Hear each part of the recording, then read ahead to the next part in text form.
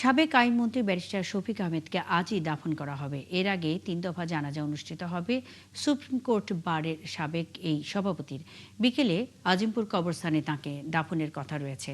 সকাল ১১টায় ইন্দিরা রোড খেলার মাঠে সাবেক এই মন্ত্রীর প্রথম জানাজা হওয়ার কথা রয়েছে। এরপর তার মরদেহ নিয়ে যাওয়া হবে তার দীর্ঘদিনের কর্মস্থল সুপ্রিম কোর্ট প্রাঙ্গণে। দুপুর ১:৩০টায় সেখানে দ্বিতীয় জানাজা অনুষ্ঠিত হবে। অন্যদিকে দুপুর ৩টায় কেন্দ্রীয় শহীদ মিনারে সর্বস্তরে শ্রদ্ধার জন্য মরদেহ নেওয়া হবে। আজিমপুর কবরস্থানে তার স্ত্রী মাহফুজা খানমের পাশে দাফনের সিদ্ধান্ত নিয়েছে তার পরিবার।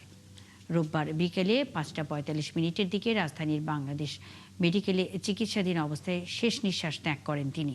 শনিবার রাতে তাকে হাসপাতালে ভর্তি করা হয়।